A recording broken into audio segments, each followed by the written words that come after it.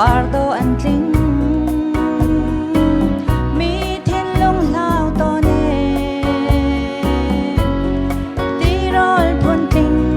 khi sil thiang he lai mi phun nak ser piak tu akan do tu boy ba chu thang tha tu si thâu si lo thang tha tu si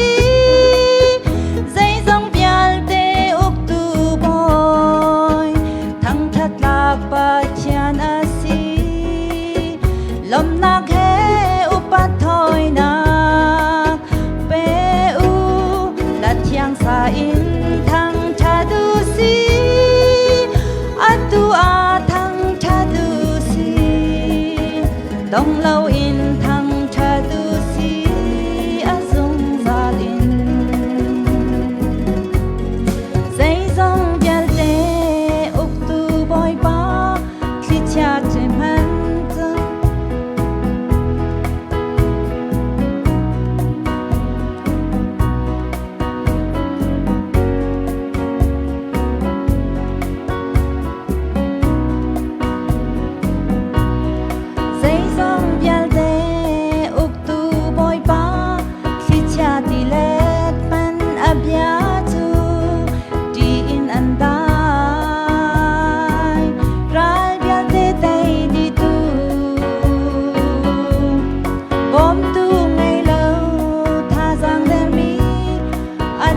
kam i a hu pheng tu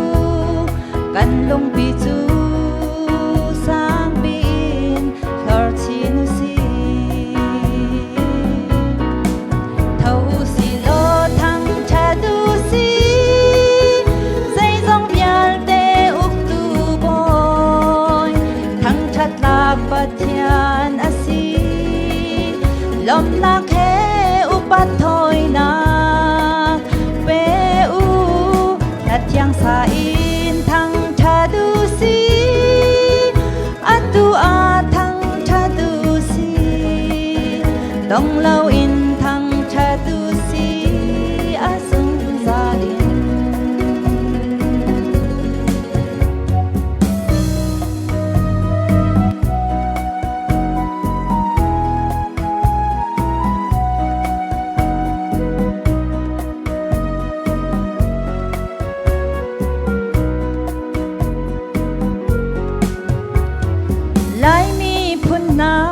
soal mui chung in luat na ka pe in nun phung le nun chan zia za ser siam piak tu pathian kan thla cham nak akan le tu amaya kun in bia u si lom nak chim tu zung zalin kan rian asi thang cha du si zai zong vial te uk tu boy thang chat lak pathian asi lom nak he upan thoi nak pe u la thiang sa in thang cha du si atu a thang cha du si dong lâu in thang cha du zalin thâu si lo thang cha du si zai zong bial te uk tu boy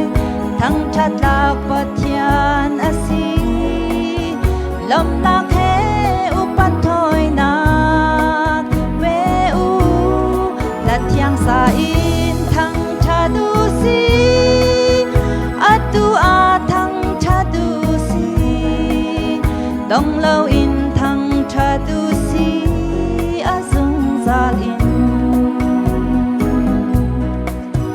Đông lâu in thăng cha tu